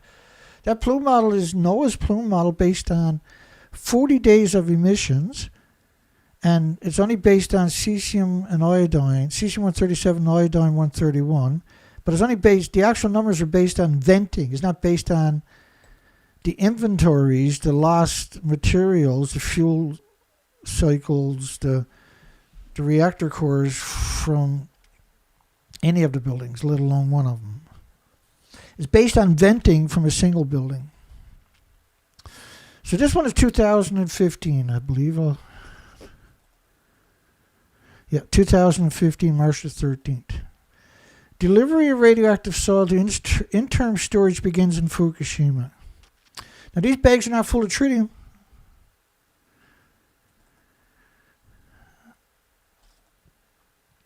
They need 16 square kilometers to stack the bags up in the Kuma Futaba, which are jointed on at the hip, north and south of Fukushima disaster site, which hosts the crippled number one. They're not crippled, they're completely gone. Over the next year, 43,000 cubic meters of waste, equivalent to less than 1% of the estimated total of 22 million. 22 million. 22 million of these bags. 22 million. So you can put 7 of them on the back of a 10-ton truck, for instance. That's what they're doing, right? How long is it going to take you to move 30 million of them? And 30 million of them, you put one of them in the back of a 1-ton pickup truck, bumper to bumper. That's 5 rows of traffic around the planet nonstop.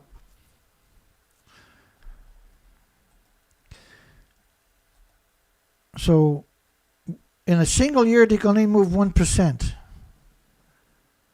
So how many years is it going to take them to move it all? 100?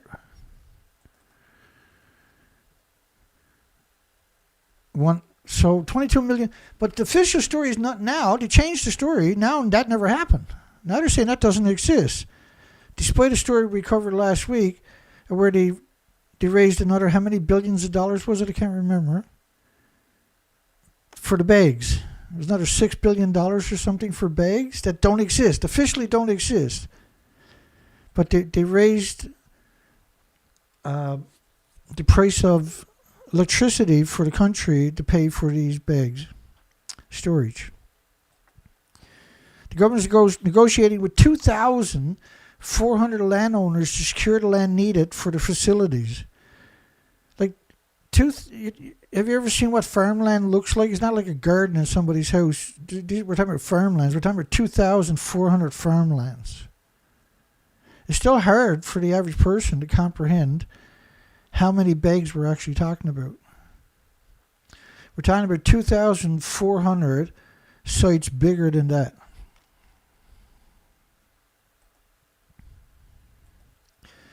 Fukushima monthly fallout is higher now than 8 months ago in June. March 28, 2012. So the next year, the fallout was higher than 8 months previous.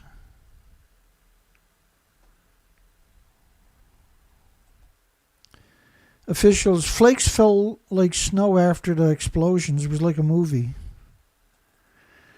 Mayor near Fukushima, I lost almost all the body hair from my chest down, and the nosebleed hasn't stopped. Imagine, losing all your hair just falling off. And still be in denial, still live there. Fukushima monthly fallout now 10 times higher than last September. April 1st, 2012. What was the other one?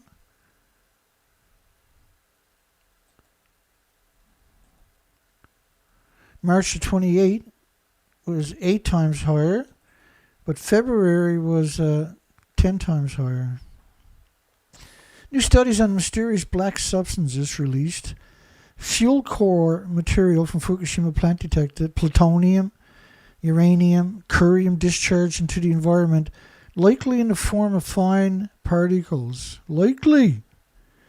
mass death of species found around Fukushima nuclear plant, they seem to have disappeared. Little or no reproductive success. That's what we're seeing worldwide now, right?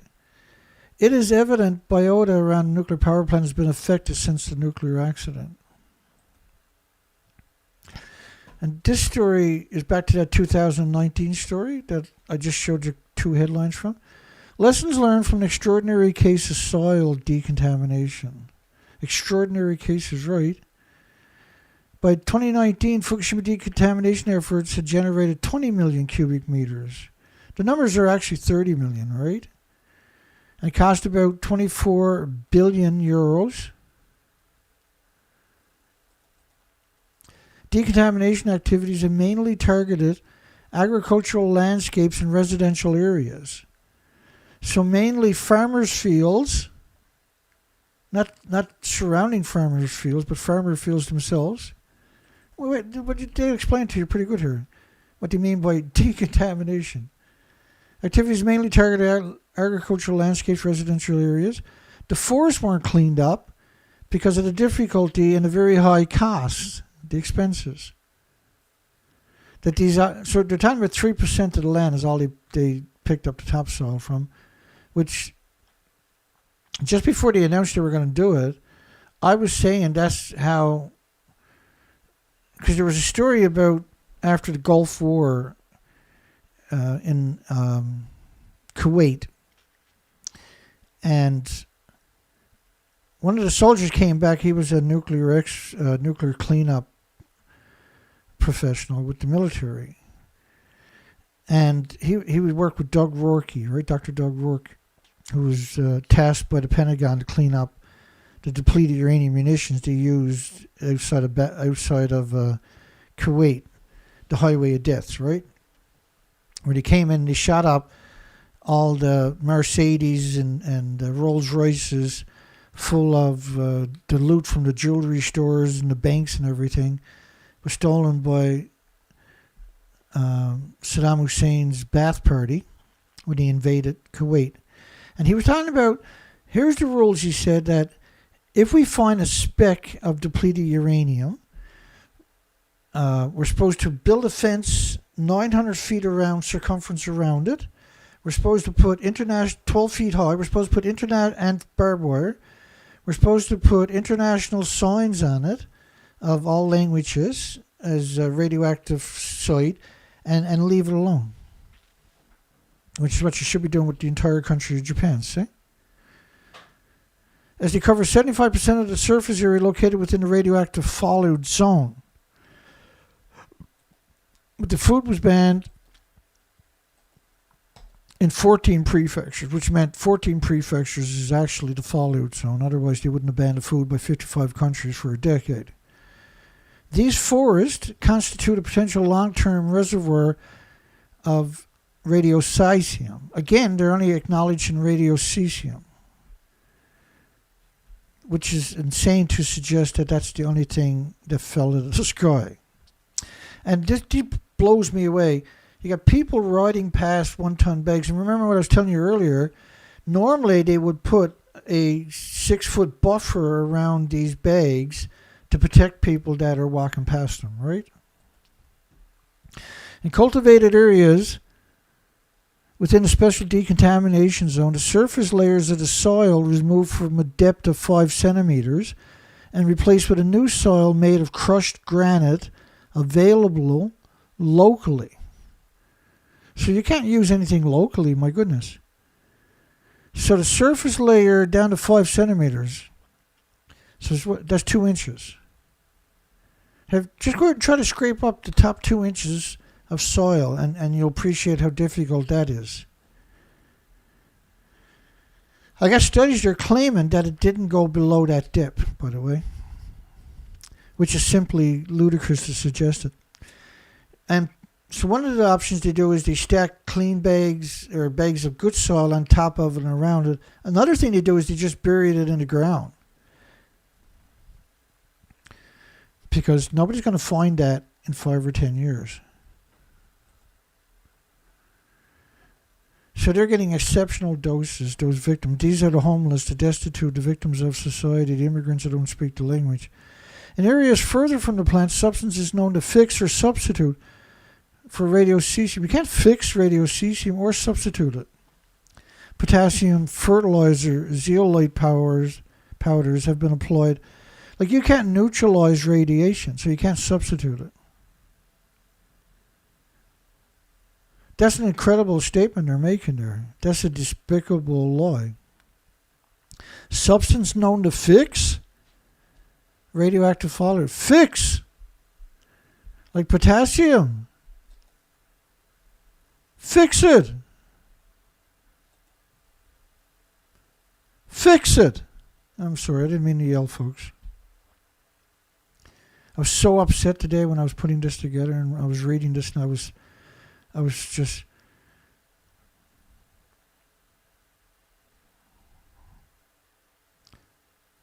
That's what we made wood chippers for, is these people, not wood. Or substitute for radiocesium. That's what I was thinking today. I'm not suggesting we do that, but I'm just... My opinion is that's what should happen to them. They should be found guilty of destroying humanity and then should be dealt with appropriately. Appropriately is immediately in a wood chipper as far as I'm concerned. So you're growing food right alongside of 1-ton bags of radiation, and people out there are so friggin' stupid, they'll look at that and have no concept that that is wrong, or that is ludicrous, or that is insane. Just no way, no critical thinking skills whatsoever, nothing. Like, oh, well, I don't see what the big deal is. It's in the bags, ain't it? Yeah, stupid. If you owned that business, you had to run away, maybe you would understand it. If you had to run away, leave your home and your pets behind, and you knew they starved to death, maybe you could fucking understand it. Maybe. I don't know sometimes. Residential areas were also clean. You can't clean residential areas. And their version of cleaning is ditch cleaning, roof and gutter cleaning, etc., whatever the hell that is. And vegetable gardens were treated as cultivated areas with potassium 40 fertilizer. You can't mitigate it. You can't, it's so crazy to suggest you can. But that's nuclear industry. They know the average person has no concept. And they're all the new pro-nuclear out there regurgitating that narrative all the time, right? All the degenerate, despicable, disgusting pro-nuclear.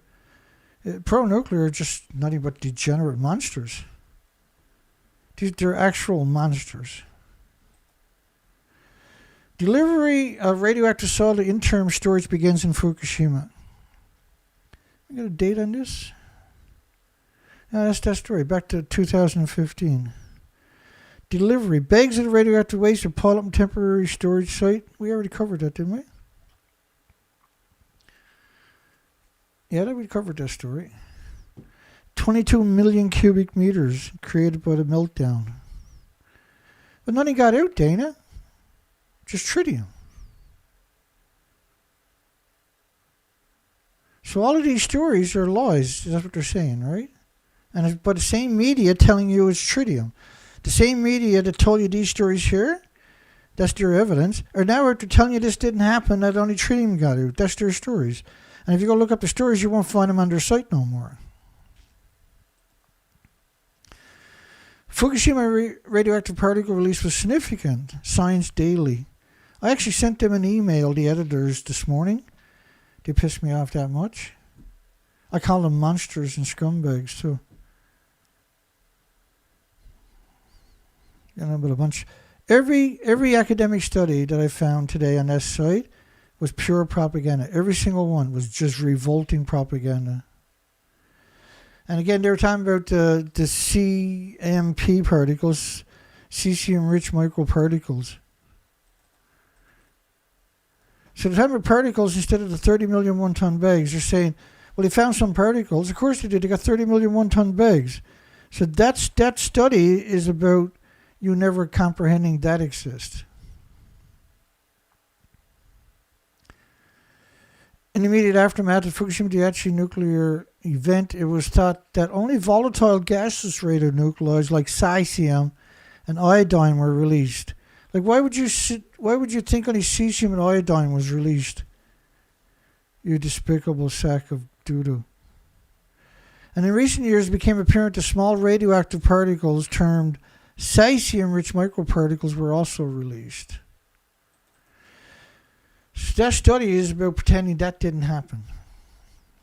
Pretending 30 million one-ton bags don't exist. Pretending nuclear meltdowns didn't happen. Because they wouldn't show you that picture in that study and then say cesium and iodine was assumed to only got out. Because you would know right away that was propaganda, right? Spreading across the entire northern hemisphere. 9 days after the accident, radioactive cloud had crossed the northern hemisphere. It was 220 million atoms of iodine-129 per liter of rainfall sustained in Canada and Ottawa. There was tons of studies of fallout. France put out a study of 1 to 10 million atoms per cubic meter of air, cesium-137. There were studies of the sulfur peroxide hydrogen buckyballs out of California, for instance. In Washington, D.C., or Washington, studies were 450,000 atoms of xenon, 133 per cubic meter per cubic meter of air, sustained for weeks and weeks and weeks. But that it never goes away. The plume actually never goes. It's not for weeks and weeks. It's forever. The plumes never go away. And so you're not there getting direct doses at the site, but you're bioaccumulating it in your food and washing, drinking, doing your laundry, cooking, showers, everything else. A rooftop detector that's the CTBTO headquarters, Vienna, still catches traces of emissions from the 1986 Chernobyl. Well, the Chernobyl would have been drowned out by Fukushima. Fukushima was infinitely worse than Chernobyl. So what they were trying to do was suggest that Chernobyl was dominant over Fukushima. Chernobyl was 600 kilometers away from the ocean. Fukushima was right on the ocean. And the study with that particular model was based on 6 years of a very tiny amount dispersal throughout the Pacific. But the actual inventory was infinitely bigger than that. So global health impact of Fukushima nuclear disaster, Stanford University, 2012. This really upset me. In the first detailed analyst of the global health effects of the Fukushima Daiichi nuclear power plant disaster, researchers estimated the number of deaths and cases of cancer worldwide resulting from the release. They said there will be anywhere from 15 to 1,300 deaths and from 24 to 2,500 cases of cancer, mostly in Japan. Stanford researchers have calculated. But in that same period, and when was that study? July 17, 2012. In 2012, there was confirmed 865,000 excess cancers, compared to any other year.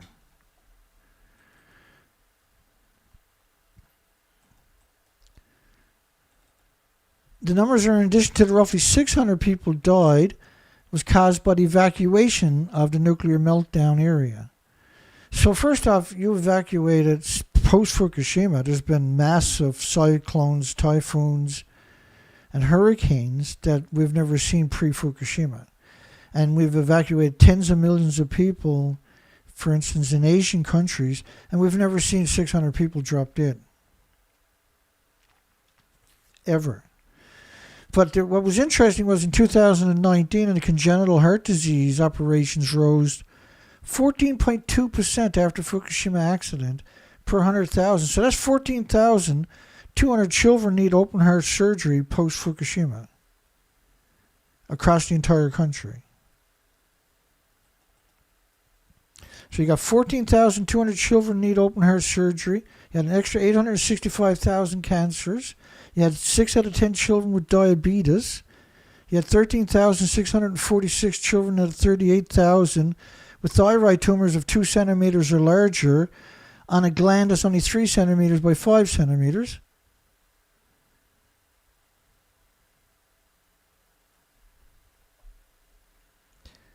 And you got academics out there rushing out from Stanford University, everywhere else, Science Direct and whatever, to cut your throats so you can't come to a proper articulated conclusion. Because if you use their version, you're going nowhere. You're never going to understand the enormity. And this was a recent PhD graduate. So why would you use someone like that to quantify something so serious? You disgusting parasites. You despicable parasites. You revolting parasites. Japanese government agencies, for example, evacuated a 20-kilometer radius around the plant, Dana, and distributed iodine tablets, Dana, to prevent the radioiodine uptake, Dana, and prohibited the cultivation of crops above a radiation threshold, Dana. They told the farmers, they gave farmers inferior Geiger counters, told them to measure the rice, which you can't quantify or qualify by doing it. And he told them that if it's above 500 atoms per kilogram, 500 becquerels per kilogram, which is a pulse of energy every second, which is the equivalent of 500 atoms per kilogram, to mix it with other rice that wasn't as contaminated to get the numbers down. But these Geiger counters, if they get a high number, they break, and they have to be sent back to the factory to be recalibrated. And so why wasn't the academic community, why wasn't the universities and the scientists and the nuclear corporations doing it? Why was a lowly farmer who had no concept of radiation or the implication, why were they growing food in nuclear wasteland and making limits? Now, the original limit pre-nuclear meltdown was 0.1 becquerel per kilogram.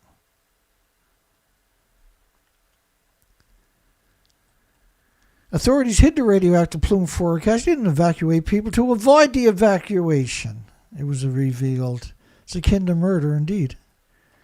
And the paper also noted nearly 600 deaths were reported as a result of evacuation, mostly due to fatigue, Dana, and exposure among the elderly and chronically ill. No, the radiation forecast was kept secret, and that's why they died, because they went right straight into the plume. Because the plume couldn't just stay where it was. You ever see a forest-fired plume stay where it was? According to the model, the evacuation prevented at most 245 radiation-related deaths. 6 in 10 Fukushima tested have diabetes. The industry is nothing but scumbags. It really isn't nothing but scumbags. And that's why I got a poll asking the hard questions. Should nuclear academics, professors, and nuclear students be sterilized to preserve humans and the 8 million species? Well, hell yeah, Dana. It's now 35.8% of Fukushima children with 2 centimeter thyroid tumors. And the thyroid is 3 centimeters by 5 centimeters. This is a huge tumor. 13,646 had tumors and 24,468 didn't. The two researchers also analyzed a hypothetical scenario of an identical meltdown at Diablo Canyon power plant. And Diablo's, despite California's population density about 1/4 that of Japan, they found the magnitude of the project health effect to be 25% larger. So they're leading you over a cliff is what they're doing. So you can't rationalize the real dangers. Fukushima was such a large disaster in terms of soil and water contamination, displacement. In terms of confidence in the government oversight. Recent PhD graduate, scumbag degenerate, and Stanford civil engineer professor Mark Jacobson, who we've covered quite a few times over the years. Another degenerate.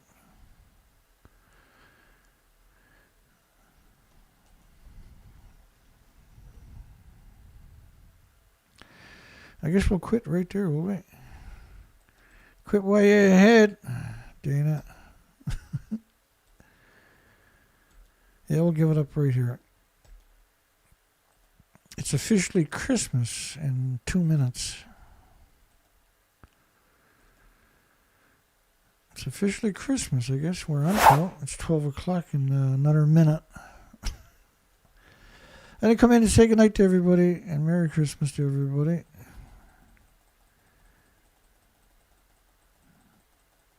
I get back up to the beginning so I know where to pick up on the next show. I'm going to take tomorrow off, I think.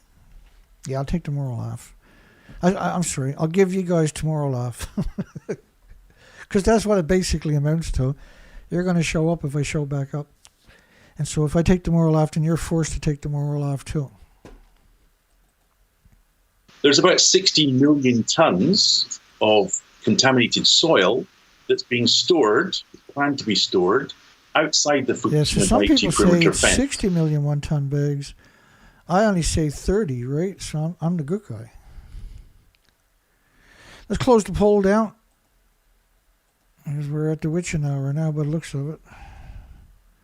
Yeah, it's 11:59. Should the nuclear academics, nuclear professors, nuclear students be sterilized to preserve humans in the 8 million species? I almost got 100%. Woohoo! Let's end that poll. What do we got here? Let's come in and say goodnight to everybody. Yeah. Good night, everybody. Thank you. Fourth, Curtis, Don Vincent, Colette. Good night, everybody. Hugs for everybody. Blue Jay, Richard. Hope you have a foot thick of lead glass, Dana. Thanks you. Dana Sana, hugs for you, Dana. Good night, everybody. I know Stephen Young is out there tonight or tomorrow. PBS Lover. I know we've seen James Lucid here earlier. Hugs for James. Sarge Marine. Yeah, they're selling Fukushima food around the world. That's right.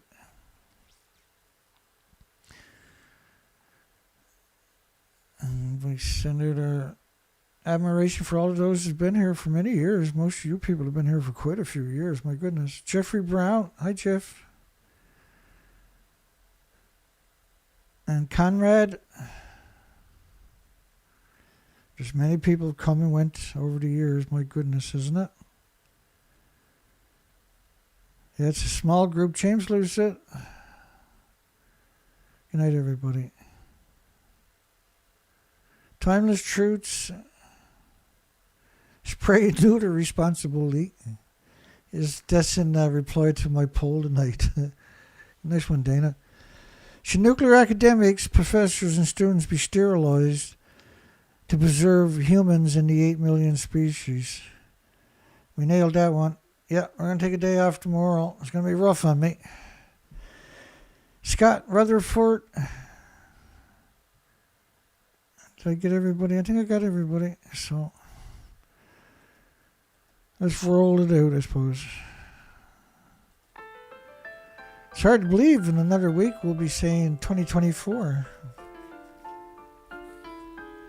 Because we've been doing this for so many years. It's just something in it. And hopefully we're doing for many more. Hopefully the world just wakes up and goes to war against the nuclear industry, which is the appropriate thing. If you made it this far, don't forget to give us a thumbs up. YouTube is going to screw me out of my views. Let me see how many views YouTube is going to give me when the show is over. Last show was 22. So tonight I'll have 11 views. Right, tonight I'll have 11 views. I just refreshed the page. I got 30 likes and 11 views. I got 24 live viewers. It's absurd, isn't it? We got 34 votes on the poll. So when my video's over, I'm going to have 11 views. That's a typical number we've been noticing for the last number of weeks is what I end up with. The ultimate contempt is they hate themselves too.